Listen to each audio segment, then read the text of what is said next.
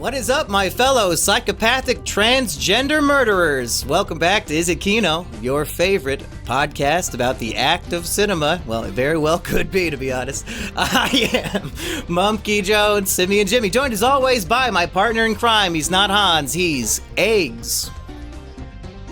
Otherwise known as Dr. Levi. You know what I'm saying? Come to me for a consultation, I'll get you right. And a man from the fan base of both of these podcasts who I need to weigh in on the latest Hans drama right now as the voice of the people. It's Dream Machine. Hello. The most LGBTQ friendly podcaster. Last episode was Cruising. That's right. And this one's a more trans inclusive episode. You find Friedkin's most homophobic work, you find De Palma's most homophobic work, and you just come on the show and review it with us, and I appreciate that. But are you up to date on the nonsense Hans has been doing to the rest of us? Of course. I thought it was so funny on the Body Double episode when Erich asked him about the song "Don't Relax," and he didn't even know the lyrics to it. Like he was like, the one that the cover, and that was such a great shit test just to see if he actually watched the movie.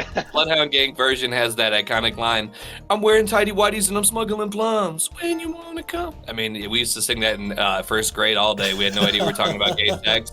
Nowadays, not to get too political, but I think you'd probably get a gold star in a positive way for singing about gay sex at that time, so it is what it is. Yeah, first grade I was singing about, to the window, to the wall, to the sweat strips off my balls.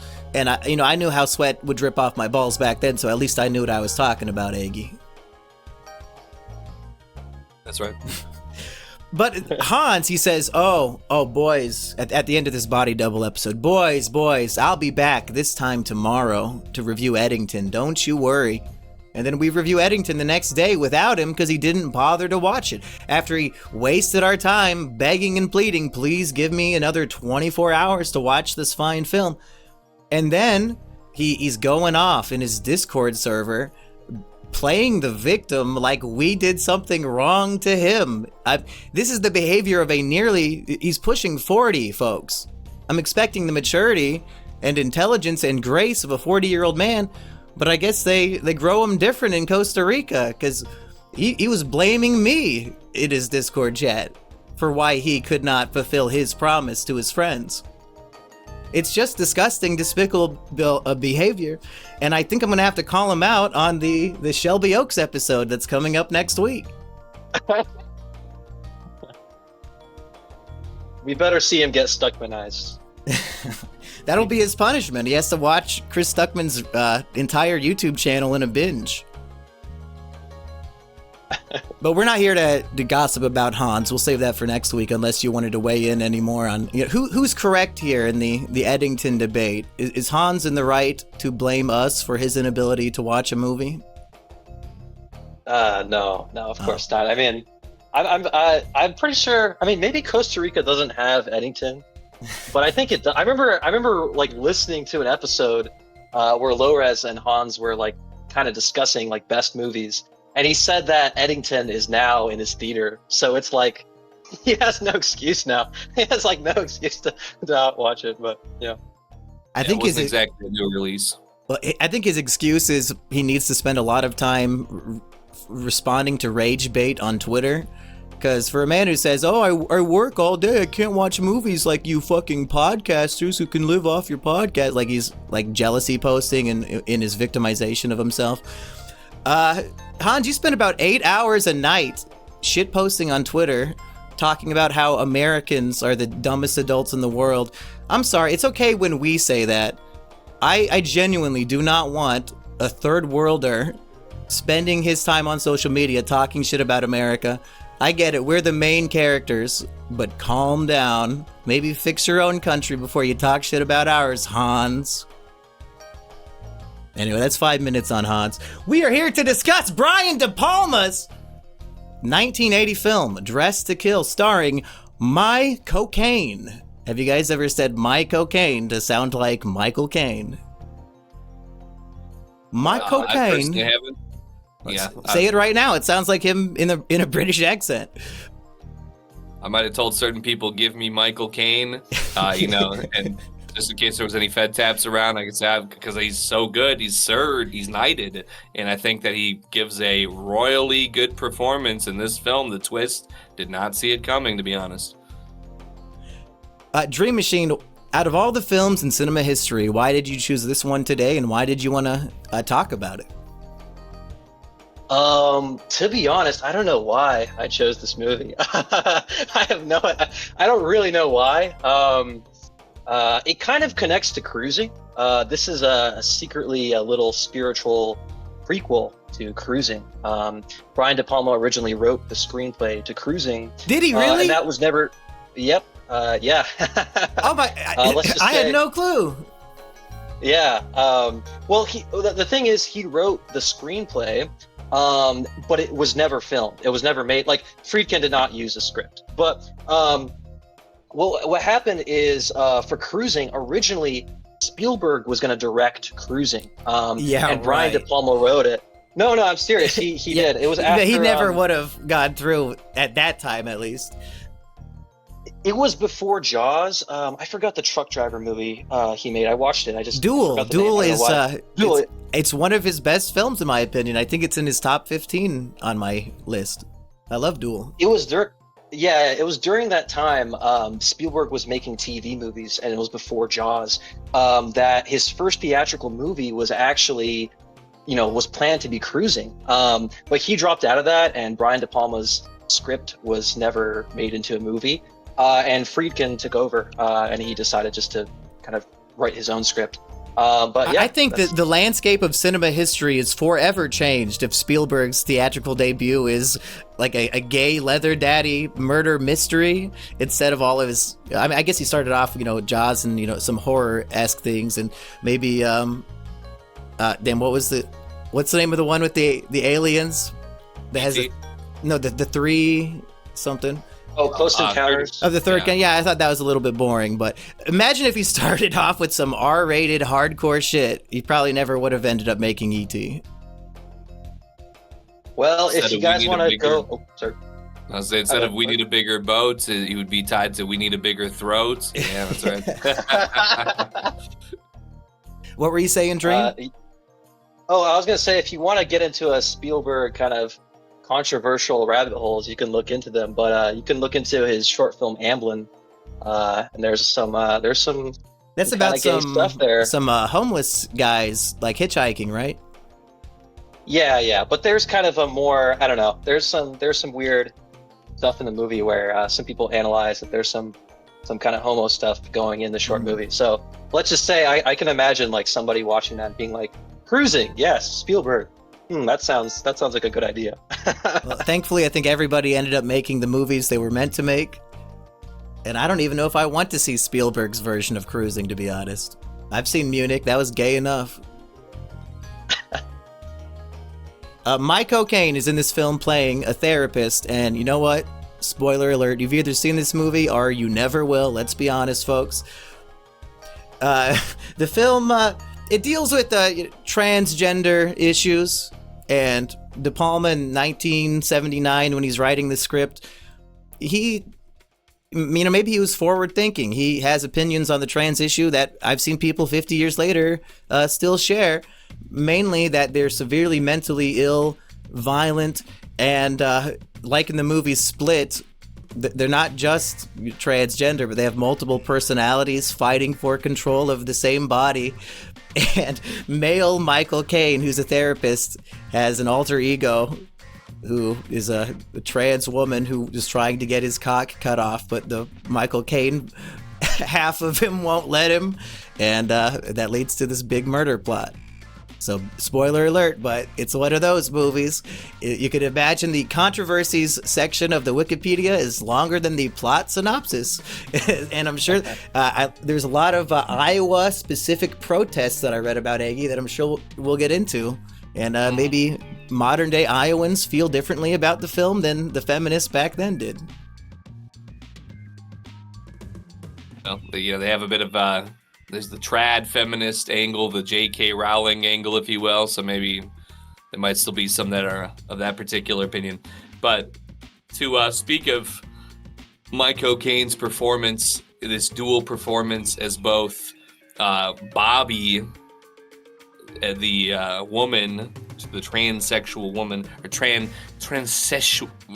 They pronounce it very interestingly. I'm forgetting exactly now, even though I just watched it. They're like transsexual.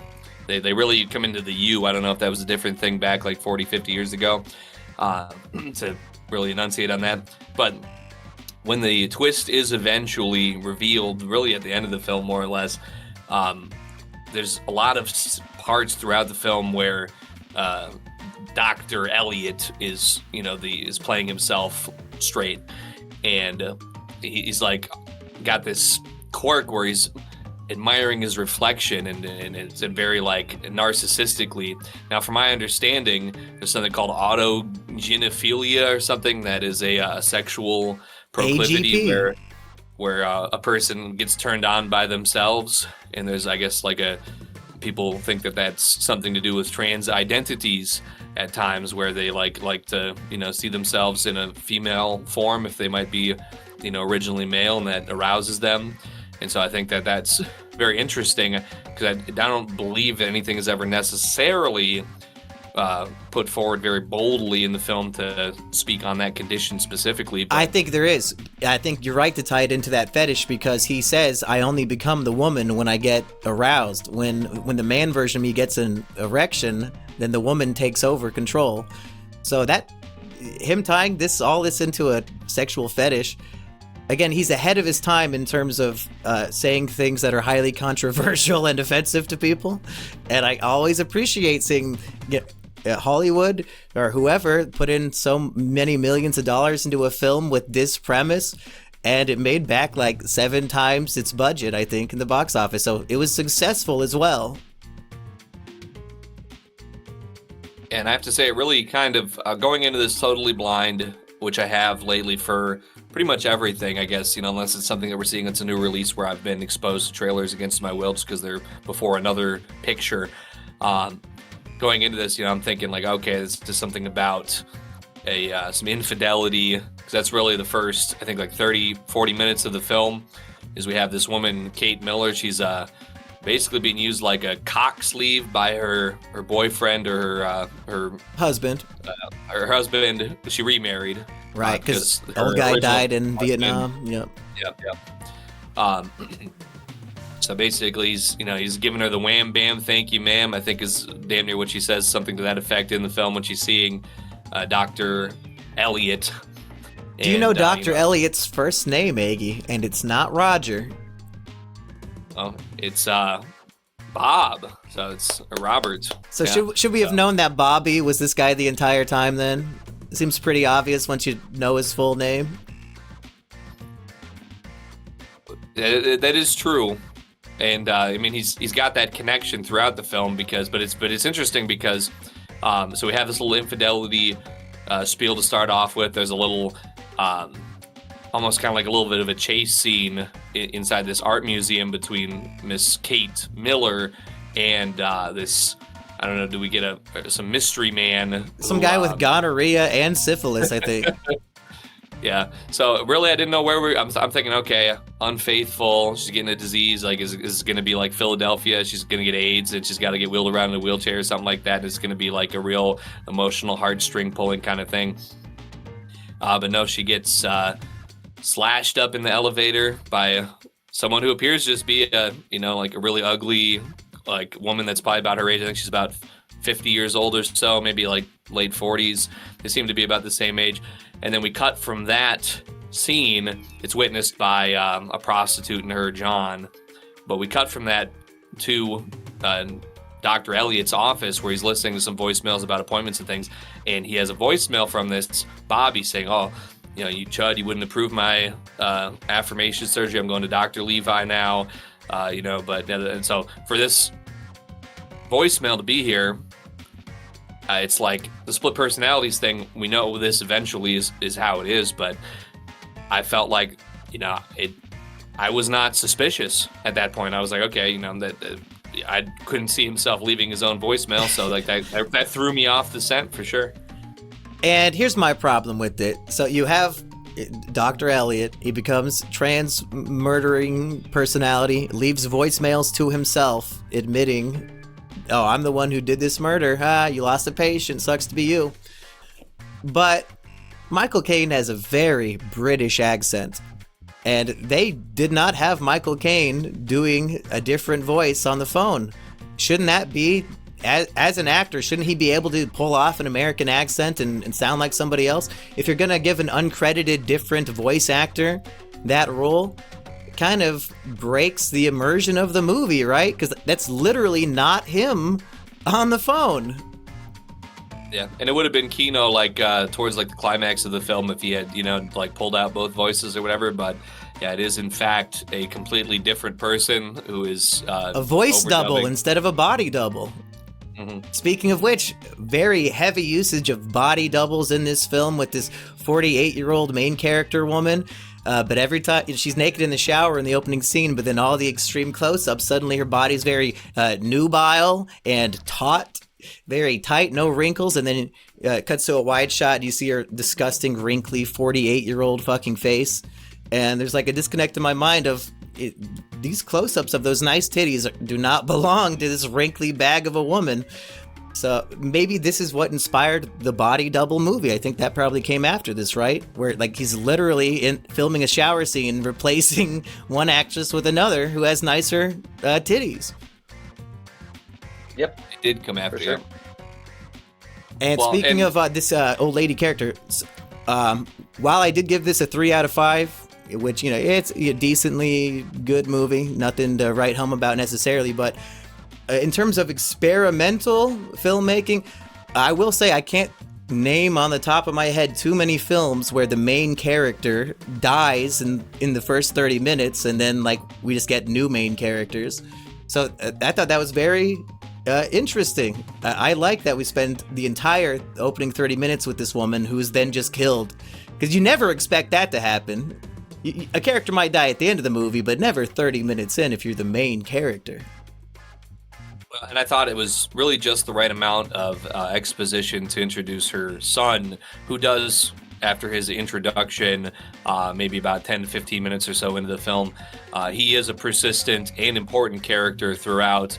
And it played very well by whoever that actor is, who I don't know if I'm immediately familiar, but he's Miller, Peter Miller. Keith yeah. Gordon. I remember because she said something about Peter, and I just thought about Kino Corner. I was like, a tech whiz who's outside photographing people, Yeah, this is a 1980 tech whiz who's building his own computer in his room, and he's hacking the police station so he could spy and listen in on an interview. That's crazy. That's where I remember his name from, because as she's talking to him about, he's up all night working on this. It's very movie technology. It's just a bunch of wires and lights all together. And he's like, "Oh, blinking lights. It's my new invention. I just don't know what to call it." And she's like, "Well, Napoleon made a pastry called the Napoleon, so maybe that's your Peter. And don't stay up all night playing with your Peter." That's where the word computer actually comes from this movie. They were called computers for a long time, but they switched it up. Now, when she goes to the art museum, there's no spoken word, no dialogue for 6 or 7 full minutes as she's sitting there people watching and then appreciating a gorilla painting, which I also very much appreciated. And again, experimental filmmaking. I say that with air quotes because I'm sure lots of movies have done these things, but isn't that daring 10 minutes into your film to just have a 6-minute no dialogue scene where she's kind of flirtily stalking a man through a museum and then they decide to fuck in the backseat of a taxi? And it's why do we have 6 full minutes to do this? In the same way that all the Friedkin pictures that we've seen sort of had a Hallmark chase scene going on, I kind of felt like we're watching this. I was getting flashbacks to the mall scene in Body Double where that gentleman was kind of low-key, kind of pseudo-stalking the woman from the neighbor's house. And I'm wondering if this is going to become a De Palma trademark or a staple of sorts, or if this is just perhaps a coincidence that we have a couple prolonged, sort of suspenseful. It's kind of chasey, but I didn't want to be too repetitive with my thoughts on Friedkin's work. I was thinking more of like sweeping cinematography, because we have a lot of this back and forth after the chase sort of begins between this mystery man and Miss Miller here. And they have a lot of back and forth of like a point of view of her. She's coming around corners. You're seeing like the back of his foot going back over this way. And then, we're seeing it like the camera's in front of her and she's kind of doing this like fast kind of walking. And they end up in the back of a taxi cab where he's pulling her titty out. He's licking on her pussy, I guess, apparently. Like the cab driver's watching in the rearview mirror while driving. New York, I hear how it used to be, and I'm seeing it. This is an accurate representation, I think. I think the weird silent chase scene through the museum almost has a nightmarish Michael Myers quality to it, where she's like at a steady pace trying to catch up to him, and he's like constantly stopping, gawking at paintings, but no matter what, she can never catch up. Like, no matter how slow he's going and how fast she is, when you get to the next room, he's like already exiting it. Very stressful for it to be basically one continuous take too. I wonder how they necessarily choreographed all that. It's like trying to run away from somebody in a dream, and just like the physics are a little wonky. But yeah. Go ahead, Mr. I was gonna say, to me, that whole sequence like felt like a silent movie. Like the fact that like I never seen it before, but like you see her thoughts, like that's just a little split screen, and you see like her thought of her like forgetting her glove. And I'm like, wow, that's some like silent movie shit. Like I've never seen that in like any like modern movie, really. Like I don't know, like you could just watch that whole scene with like no music and like understand what's happening. But yeah, it does expect the audience to be able to interpret dialogue just from glances and facial like scrunching and stuff. So yeah, it's a very visual style of filmmaking and storytelling that he just throws in here for whatever reason. I'm not sure why. Yeah, it kind of I think the only like modern films where I've seen that sort of that picture-in-picture is like by like Adam Sandler films or something, where he's remembering like some funny character, like some side character, and their like head like just kind of like fades in for a second to like do some quote and then fade out. I don't know. Happy Gilmore 2, he's remembering all the funny scenes from Happy Gilmore 1. But that was more like just ripping off all his old content, putting like several minutes worth of unedited footage in the movie. But yeah.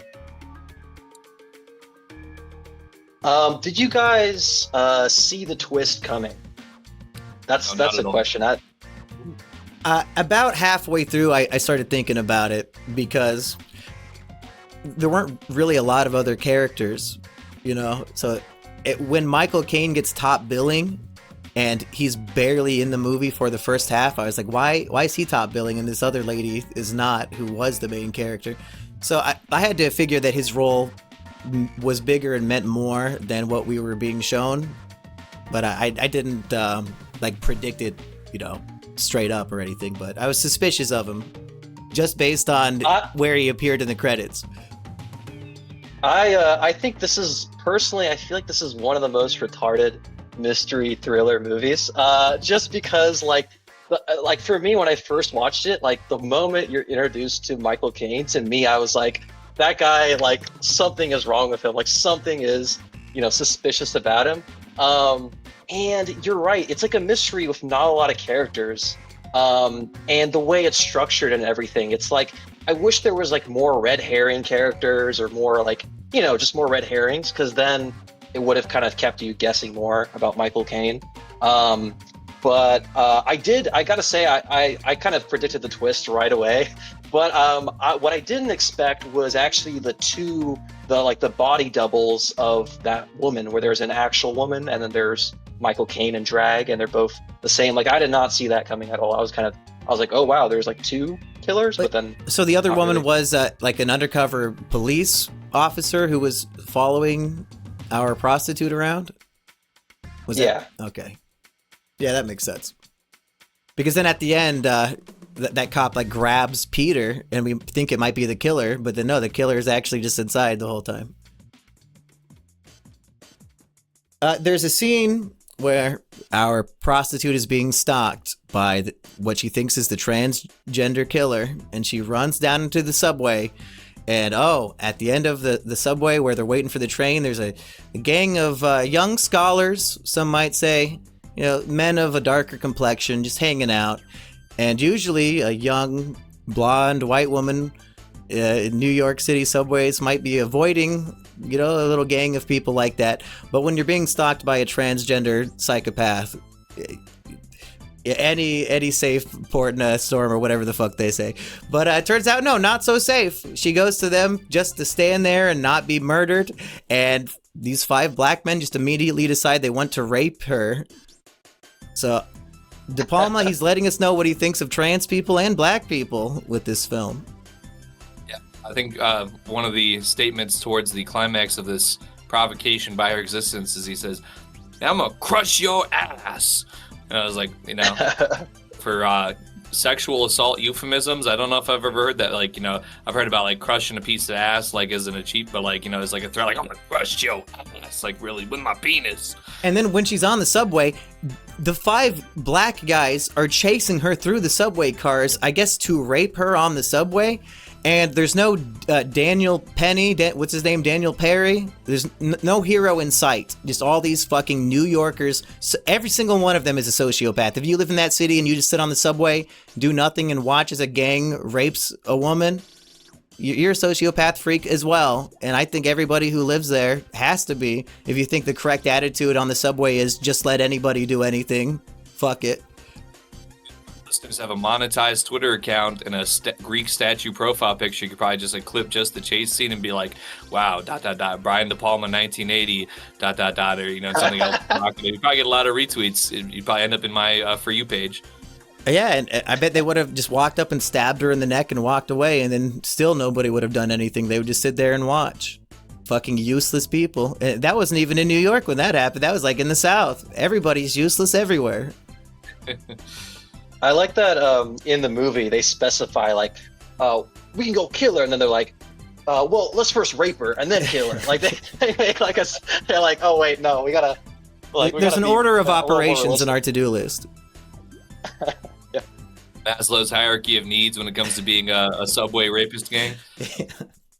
So there's really no solace for this woman. When she runs onto the subway, there's a black police officer, and he's no help at all, does not care, then disappears as the black gang shows up. So he's probably part of them, to be honest. And then so when she gets attacked by the supposed trans maniac on the subway, and then Peter shows up with his homemade mace to spray him down. So was that not the killer then? That was the blonde police officer following her. No, that was the killer. Caine. That okay. was because he had the blade. Anytime the woman has a blade, it's like, oh, it's Michael Caine. But if there's no blade, then because the woman, she has the gun. She has like a gun at the end. Yeah, because towards the end they were like giving her a debriefing of everything, and she said, "Oh yeah, that was her following you at one point," but I couldn't remember which scene they were talking about. Something about like a Columbus circle, and in that whole scene, basically from the top, the prostitute lady, Liz, I guess is her name. I just kept on calling her whore, but nice lady though. I mean, hey, that's how I'm introduced to her. That's how she comes into the picture. Okay. Yeah, so, whore is not a derogative term. It's a job title. Like yeah, she is a whore. I didn't call her stupid or anything. You know what I mean? So I was like, that's how I was keeping track of her. Women don't want to be called a whore in real life because that's not their job. But if you're a prostitute, why would you be offended? I mean, I say, where's the waiter at the restaurant? I know what time it is. So she gets into the cab and she says like 92 Nassau Street or something like that is her, I think where her home is.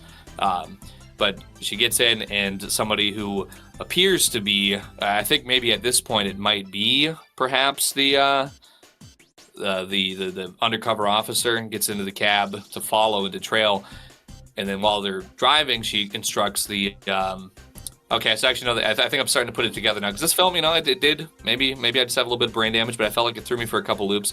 Definitely. So they go off and she says, "Oh, never mind. I'm going to change it up. Let's go to Columbus Circle instead, or something like that." Which is where they say at the end of the film, "Oh, well, I followed you here, then I lost track." Yeah, that's why I was confused. So they go, and she's kind of like sweet talking the cab driver as he's driving. I'm like, oh, how much extra to run this light right here? I'm getting followed. I'm getting trailed. Da da da. So he does run the light. The cab behind them runs the light, which is a little strange. If it's the undercover police officer, I feel like playing a little loose with the laws here. That could have hurt somebody. Yeah. But after she stops at this Columbus Circle, whatever, hops out, then the other cab pulls up behind him, who I assume is the undercover officer, hops out, and he opens the door and knocks that person out. Like, oh, oops, I didn't see you. But then we had the person on the subway, the actual killer, Dr. Elliot, in this female form.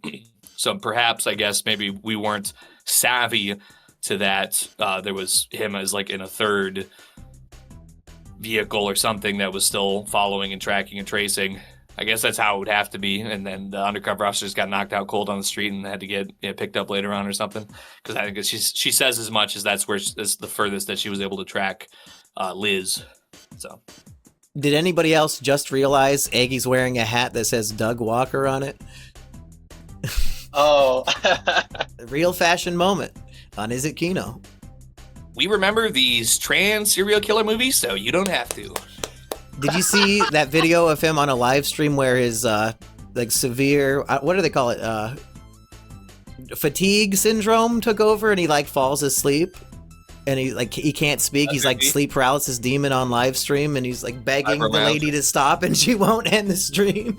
It was horrible.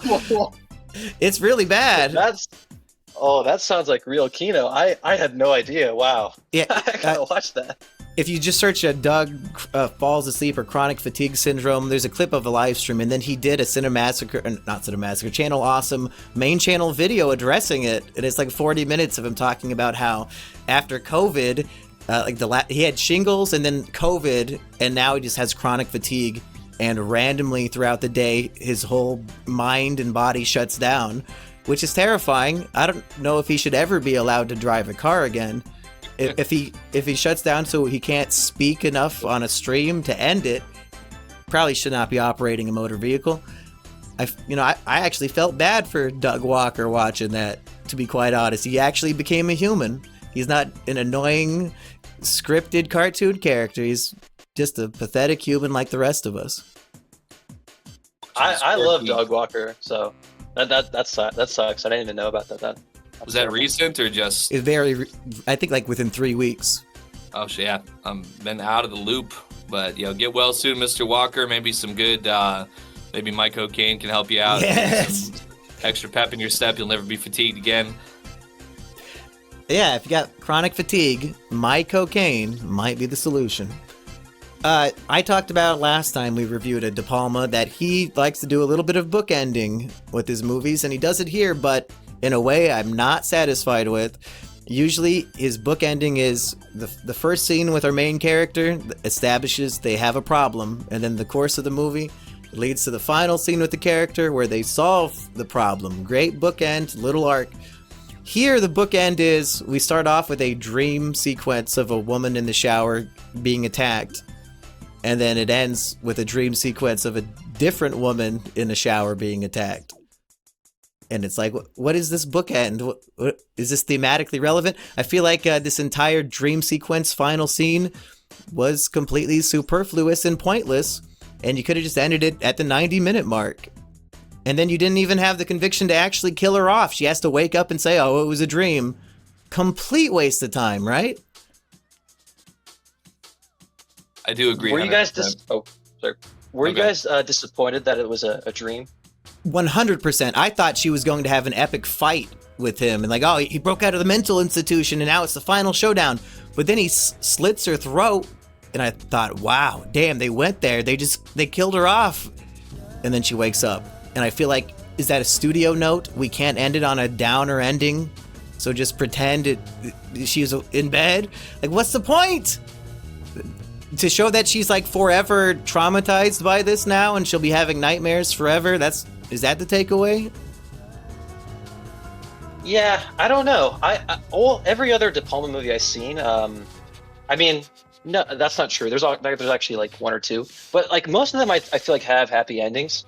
So I don't think it was a studio thing, because it's like, this movie, I think he kind of could do whatever he wanted for this movie, and I think a lot of it's also I think a lot of this movie was self-financed as well. So like it was a lot of it. I think was just his money. So I think he had kind of complete control. Yeah. If you want the shocking moment of the main character dying for the second time at the end of the film, why ruin it by saying it was just a dream? Why do I watch a 10-minute dramatic sequence where she's standing naked in the shower and she thinks he's standing in the hallway? Like, all this tension was just fake? But I feel like it's his movie. He came at it like in both of the most unsatisfying ways, because I feel like I could have tolerated the dream ending had there not been the scene both of the mental institution where the nurse is strangled, killed, and has her clothes taken by Dr. Elliot, and then we get immediately following that there's a point of view shot like up in the Miller family's yard, like looking through the windows, seeing Peter through the one window, seeing Liz showering through the other window, and then like going and punching the next room over, punching that window in. Like, it all sets it up perfectly. Like, either don't have any of that and just have, oh, she's got the recurring nightmares, but hey, I guess that's something she's gonna have to figure out. Maybe she could like be there with Peter and be like, oh, well, we'll get through this. You had a hard life, but we'll, we're gonna get through this. Fuck sickos. Or just, you could even, I thought with the as far as I could imagine, everything in the mental institution at least was real. I think it was. I don't know. Maybe not. Is that the interpretation we should go for? Is that he does escape from the prison, but then the only dream of it was her getting killed by him? So he really is on the loose now and coming to get her? Maybe she had a premonition dream? I was thinking they were setting. I was like, oh, there was a sequel to this. What's the deal? Because if he didn't escape, then I guess she's still having the nightmare. But it just, it was. I didn't love it, no, by any means. I liked Michael Caine in this movie, so I would say that I want to believe that it wasn't a dream, and say fuck De Palma, fuck De Palma's choice of having it be a dream. It's all real. Well, I'm fine with him escaping being real and then the murder being a dream. Well, I guess I'm not fine with that, but I prefer that at least. And I did enjoy the shots within the mental institution, like the sort of leading shot that leads up to the nurse that like goes to his bed, because it's very, gives you that very good like unhinged, deranged late 70s mental institution energy. And then when the nurse approaches his bed and he reaches up to strangle her, the camera pans up and there's like a coliseum, like tiers of floors that are like, it's all open, and there's a bunch of mental inmates that are all like up at the rail, like all like freaking out and like spazzing out. So was that meant to be our clue that it was a dream? Because that was surreal. Reagan got them all out into, so they stand out in my front yard instead, back in the 80s. So I don't know what exactly they had going on back then. I thought maybe that could have been legitimate, just have a big coliseum in there for a bunch of freaks to, scream at each other and get some energy out of them, that maybe they liked it. I don't know. Are you guys ready for some accolades and controversies? Mm-hmm. And I'm pretty upset by this list of accolades. The Golden Raspberry Awards. You guys know about these motherfuckers, like the anti-Oscars? They're always nominating the shittiest movies and making fun of people. They get it wrong. They're idiots. Most of the time, they're fucking brain dead, reactionary idiots. And this film is nominated for Worst Actress for Nancy Allen, the prostitute, Worst Actor for Michael Caine, and Worst Director for Brian De Palma. And keep in mind, Brian De Palma was also nominated for Best Director at the New York Film Critics Circle, and he won 4th place. So, with the same film, he can be nominated for Best and Worst Director. Like, fuck these people. I think if I was in that position, I would take that as a compliment, because, you're able to touch so many different people in so many different places with your work. They could say it's both the best and the worst. I can't imagine the film landscape of 1980 that this is one of the 5 worst directed films according to them. Like, did Schlock not come out at that time? This is one of the 5 worst films that they can think of. I just don't understand. I think RuPaul was one of the Razzie judges. And Was he like a sperm back then? No, I don't know. Controversies, okay. When the film was screened, the Iowa City National Organization for Women and other feminist organizations, they picketed the film when it was shown at the University of Iowa campus. So, grassroots, straight out of or I guess your current hometown or home state, Eggy, they were trying to shut this movie down. And I don't understand. Why would feminists have a problem with a film like this? Well, I guess just back then I guess technically it's, sorry, YouTube, but hear me out here. This is a man cutting a woman's throat in a graphic way, and then we're combined with these Playboy playmates that are showing their naked bodies, and he panned out, and it's a 50-year-old woman. I mean, it sounds like it's got some Chudley direction for me. It's not respecting. It should have shown women being educated. This woman's leaving her wedding ring. She's contracting diseases, sleeping with random strangers, getting licked up in a taxi for a bunch of freaks to look at. Maybe it's not an empowering film that women needed in 1980. But I would like to bring also something to your attention here that William Friedkin, I don't know if we've covered this before, also nominated in the 1980 Razzies for Worst Director for Cruising, which I guess came out the same year. Oh my God. And this one final note. I'm not going to look at any more of these award but to go ahead. Full discrediting of the Razzies for life.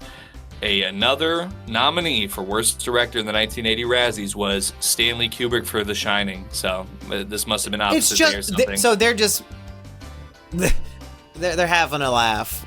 Okay, they can't be serious. Correct. I mean, that's my assumption. I fucking They're hate these discredited people forever, and then nothing but a bunch of fakes, frauds, and phonies trying to drum up some memes for some attention. They can kiss my golden raspberry. I'm talking about the starfish. They can kiss my Asperger's, to be honest. Mm-hmm. The distorted image of a psychotic male transvestite makes all sexual minorities appear sick and dangerous. Now, to be fair to these protesters, I think that is what De Palma was going for. They might be right. So I guess even back then we had feminazis preaching the gospel. The final scene before the dream sequence features Liz, the prostitute, and young Peter, the super genius programming wizard, you might say, sitting and talking about sex change operations, gender affirmation, estrogen tablets, and stuff like that. And this Peter, who suddenly looks a lot more possibly trans-coded in this particular thing, as you're like, oh, this is somebody who's sitting up programming all night, a little bit awkward, a little bit effete, perhaps. Like, oh, well, I think after I finish this project, I think I got a new project, making a woman out of myself. And there's like an old lady clutching the rosary in the background, like freaking out. Well, they're at a fancy brunch, and the prostitute is explaining all the sex change operations and like explicitly how you have to split your penis in half with a scalpel. And all the reverse shots of him, the old lady at the table next to them is just disgusted, and it's very funny. Yeah, for sure.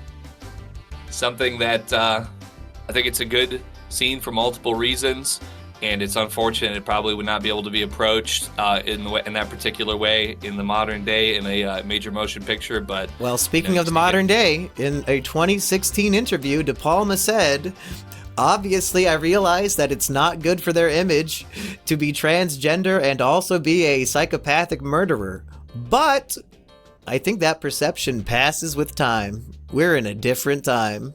So he's saying it was a different time. That's right. 2016, we had Blair White with lots of facts and logic. Everybody figured out, what, this is just a movie, folks. To defend De Palma and say that he's not a total chud, I will say that his original script, he took it out of the movie. He didn't want it in the movie, but in the original script, the detective at the end who explains, everything about the trans and the schizophrenia and everything that was going on at the very end with the cop, he makes a statement which he says like Michael Caine's character, Billy, is not actually trans. he's just a schizophrenic man who doesn't understand his identity and goes between identities. That was in the original script, and De Palma said, "No, fuck that.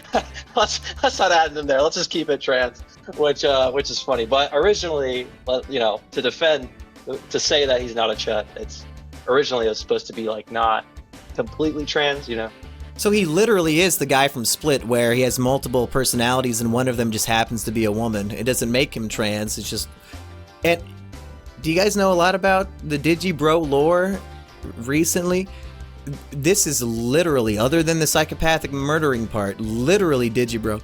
Digibro, I'm not kidding, thinks he has headmates, thinks he has multiple personalities in his head that take turns controlling his body and mouth. He talks about this on stream.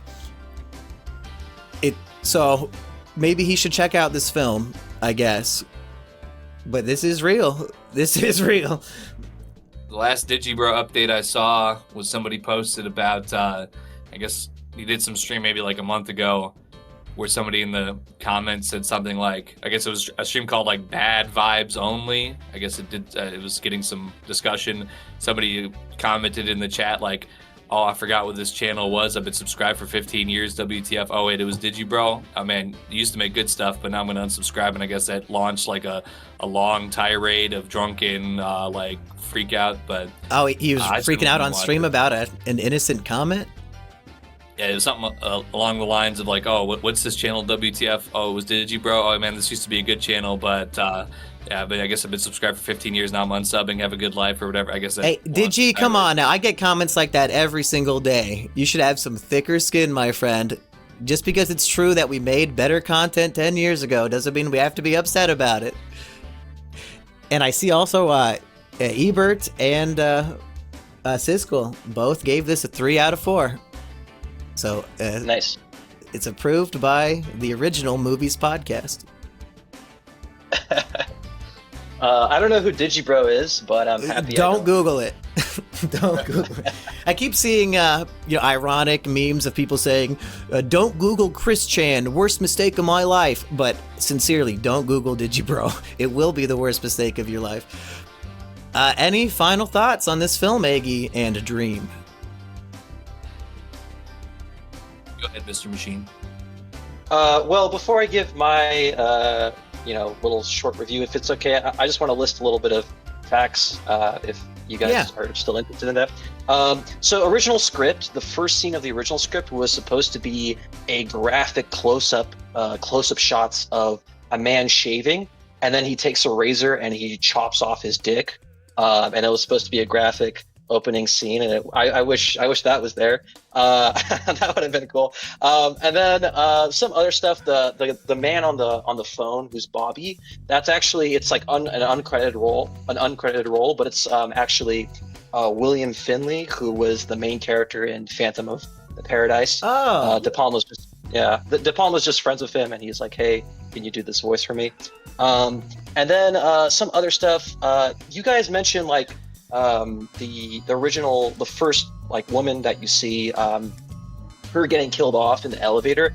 A lot of this movie's kind of like a remake of Psycho. It's kind of taking a lot of stuff from Hitchcock's Psycho, just like Body Doubles kind of taking from stuff like Vertigo and like Rear Window. But this is like kind of taking more of Psycho, and that elevator kind of scene is supposed to be kind of like the shower scene, and then you also have those 2 shower scenes in the movie as well, which are like kind of shocking kind of moments in the movie.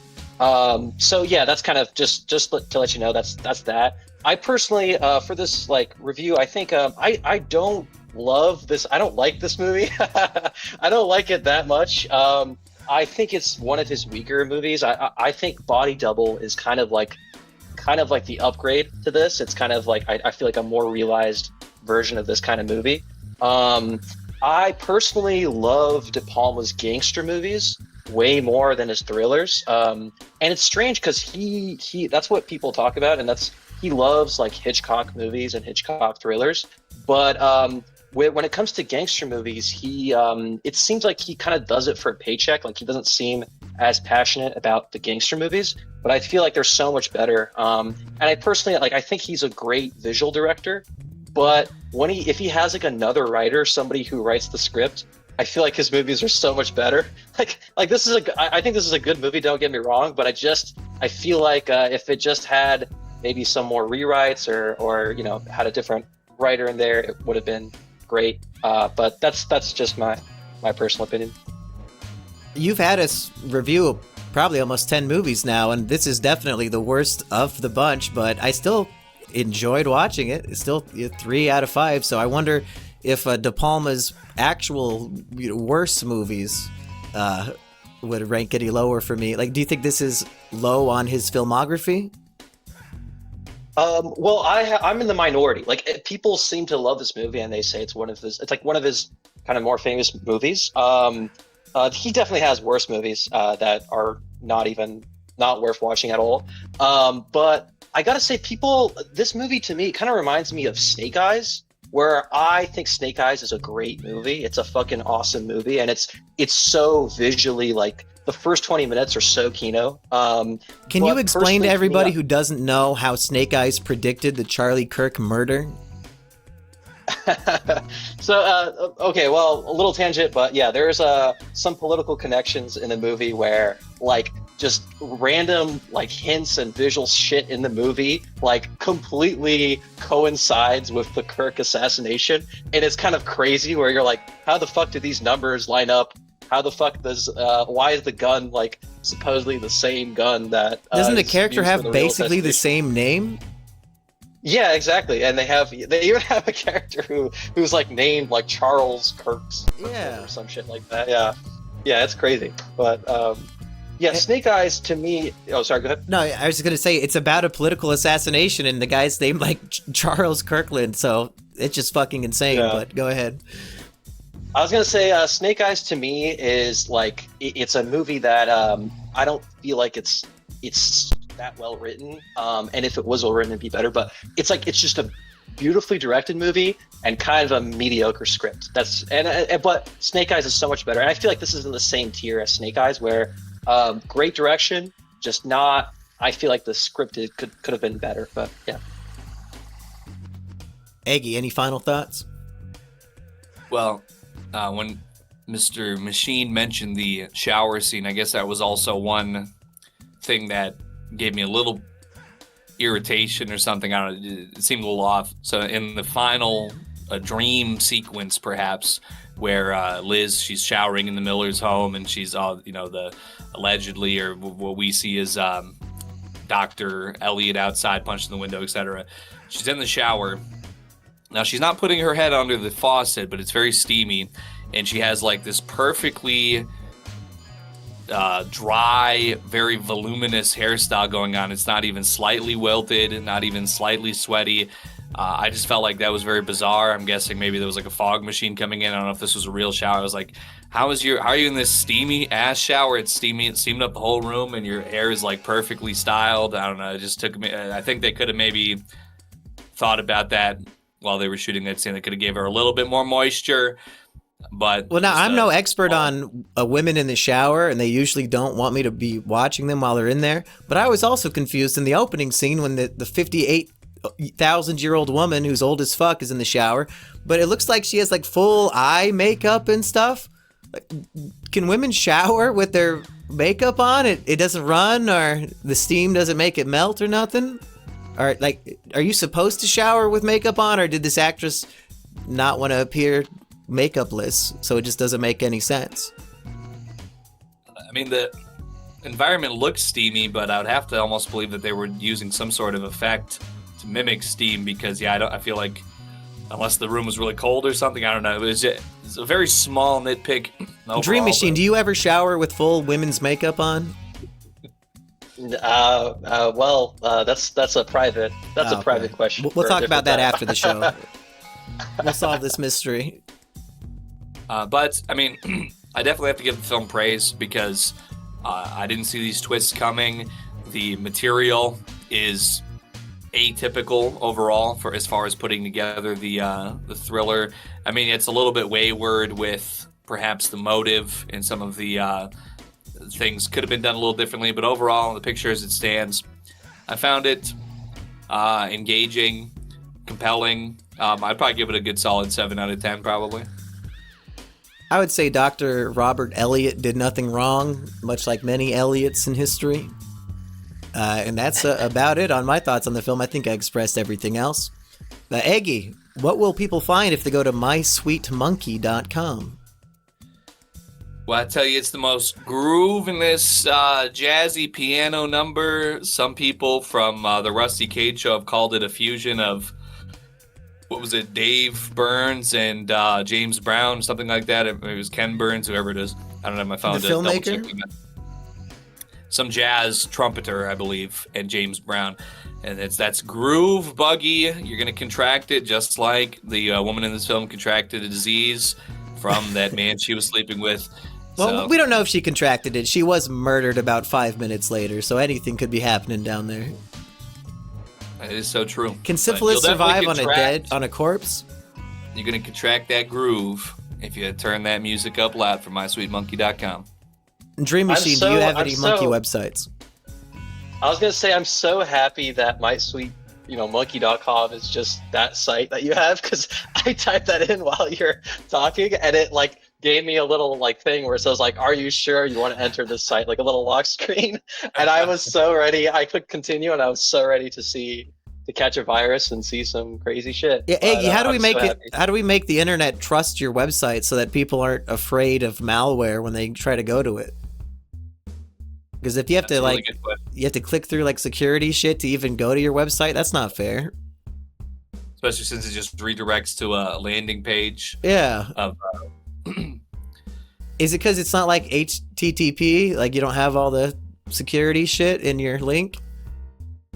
There might be some security certificate or something but I don't know where would I install it though, because it simply is a redirecting URL, so I don't even know where they would host the security certificate. Probably have to sue GoDaddy for fucking you over.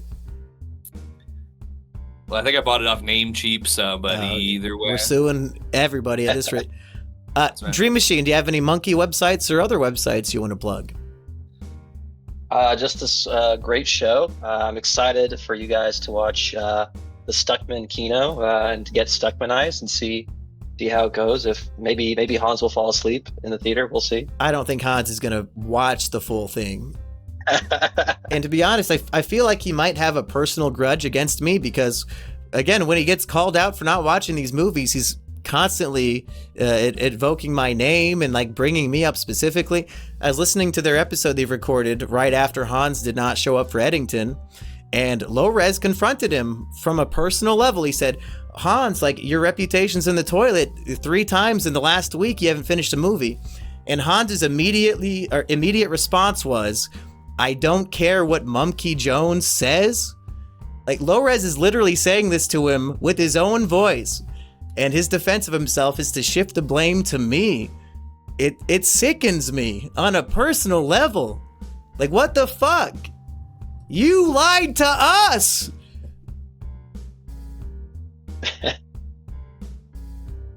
So we'll talk about it in the Shelby Oaks review. For Izakino, I've been me. Peace, people. Been we.